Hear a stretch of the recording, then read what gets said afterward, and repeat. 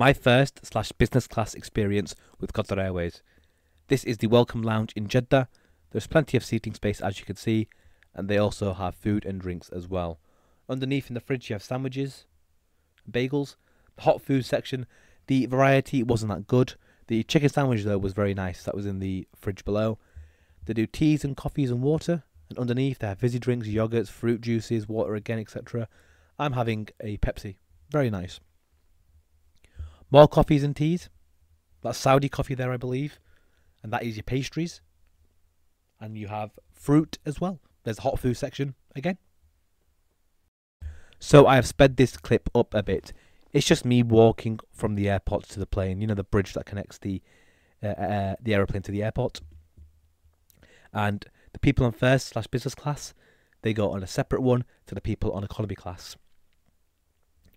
As I walk towards the plane, I am greeted by an air hostess, who then directs me towards my seat. And here I am walking towards my seat. And I believe this is the Qatar Airways Q suite.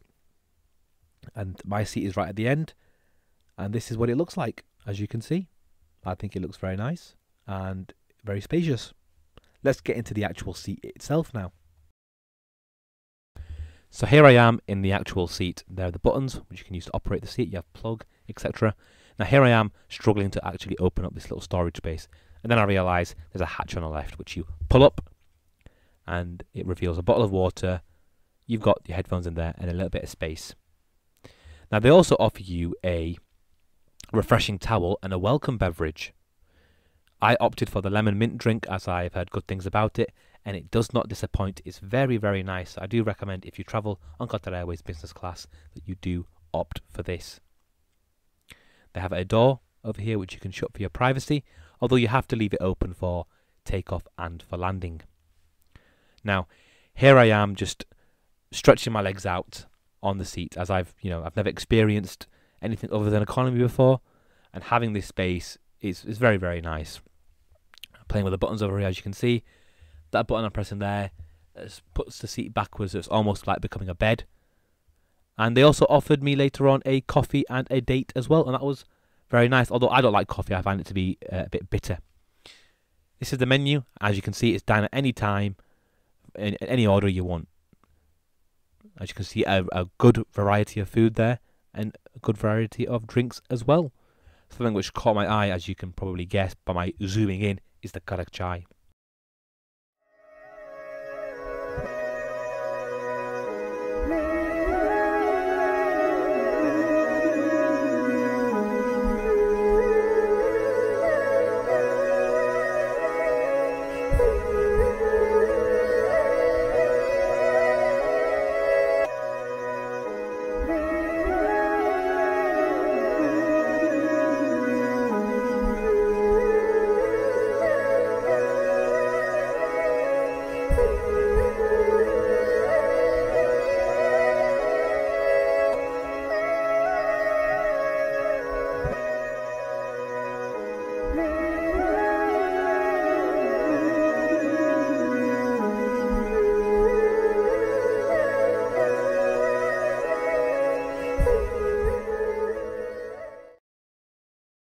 So here is what I opted for the food. It was the bread with the balsamic vinegar. The bread was warm and the vinegar has olive oil with it as well. Very nice, it's somewhat light. I didn't want something too big, as I would have a proper meal when I arrive in Qatar, in Doha.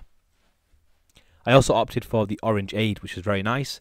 Then later for dessert I had the berries with rose water with karak chai. Overall I found all meals and drinks to be very nice.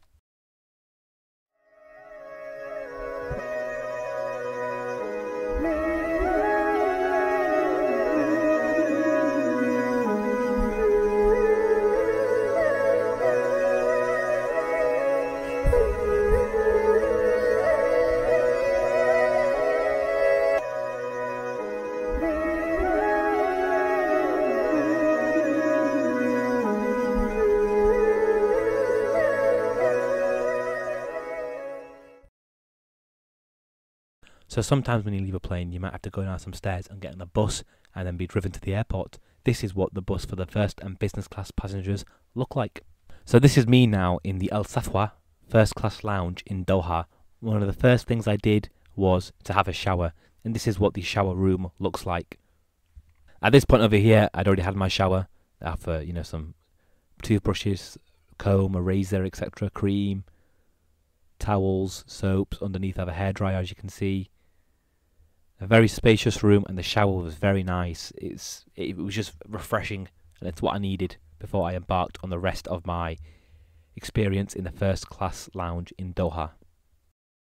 When you exit the shower room, this is what you see. It's like a little massage treatment spa thing, I believe is what it's called. Soaps again and some water. Then you have the relax room. You will wait here whilst you're waiting for your spa treatment, and you can just sit and relax and chill. Very ambient, if that's what you want to call it. Here is a jacuzzi. You have to actually ask them to set this up for you, and a shower there. In hindsight, perhaps I should have asked about this, but I didn't bring my swimming trunks with me, so I couldn't have used it. Now we move into the rest of the lounge. You have a lot of artifacts here that go back to the 15th and 16th century. On the right hand side you have the parents' room, a games room, etc. And down there it just seems to be the end. If we walk towards this sign, you can have a little pause of that and read it, if you like.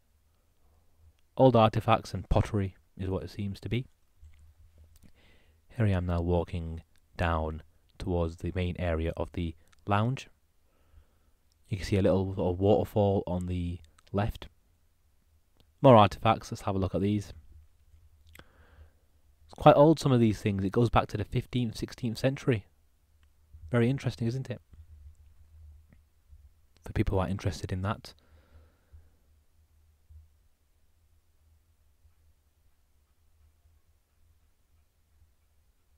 So over here is the prayer room. We continue to walk down now, and here is like the waterfall. This is like a plastic or glass tube with water going down. It gives an illusion of like slow water coming down, like that's like defying gravity, if you will. And straight ahead of me there is the restaurant area. Here is the seating area, and now I'm walking towards the media room, which I assume is like a cinema room, although I did not go inside. Anyway, we're now in the dining area where I am having my late dinner, if you like. You have to scan a QR code and get the menu. Here is a mocktail, which I got, like a raspberry mocktail. Very nice, very refreshing. And I opted for a medium Angus beef steak with some, like, I think that's peppercorn mushroom sauce, something like that, with vegetables and potato. This was very nice. Now, this is what the meat looked like inside, although it could have done with a bit more seasoning. I then opted for a creme brulee with tiramisu ice cream, and again this was very refreshing. And I literally finished it just pretty much bang on in time because I'd booked a room at 1 AM to sleep in. And this is the room that I will be staying in. I had it for 6 hours, which is the amount of time you could have it for, because they are in high demand. As you see, the room looks very nice, very spacious. I needed some rest because I was on limited sleep, and I had a long layover, so I wanted to get a good amount of rest. A TV there as well. You have some storage space, as you can see. I put my bag down there. The one thing to note is that this whole Al Safwa lounge is an announcement-free lounge, so it's important that you bear that in mind. They'll be setting an alarm on your phone like an hour before when boarding starts, just so that you know you are definitely not going to miss it. Again, you have a bathroom with the shower, the same shower that was in the spa section. So in hindsight, I probably could have had a shower then. And again, you have the same sort of toothbrushes, you know, shaving kit. Here I am in the prayer room now, just praying the morning prayer, Fajr. And then here is my seat on the business class flight, to Manchester. It was originally meant to be a Q suite, but they changed it. It was still a good seat, in my opinion. There's a lemon mint drink. You know, you can't go wrong. Here I am just showing you the leg space. Plenty of space, as you can see. And I opted for a pineapple drink, and they give me nuts for free. And I opted for the chicken katsu burger, and with a side of some pickled salad it was. and then I got a cake at the end with an Earl Grey tea. So overall, I had a good experience. For the price that I paid, I believe it was worth it. You know, when it came time to booking my Umrah flight, I could have either flown directly with Saudi Airlines, or I could have gone with another airline. And the fact that Saudi economy was only slightly cheaper than Qatar Airways business and first class on return, it made sense just to go with Qatar Airways. The flight from Jeddah to Doha, there were only two issues. Number one, the flight was delayed by almost 1 hour. And number two, although this is not a massive deal for me, the in-flight entertainment system didn't work, but they did move me to another seat where it did work. But in regards to the seat itself, the quality, etc., the food, it was all very good. Now in regards to Doha Airport, if I had a bit more energy and I wasn't as tired, I would have gone to the business class lounge as well, as I had access to that. And in hindsight, I would have packed my trunks with me, as I would have gone to the gym, to the pool, then to the jacuzzi, then had a shower, and then had some food and went to bed. But it's not about what if, it's about what I experienced. And overall, the lounge was good.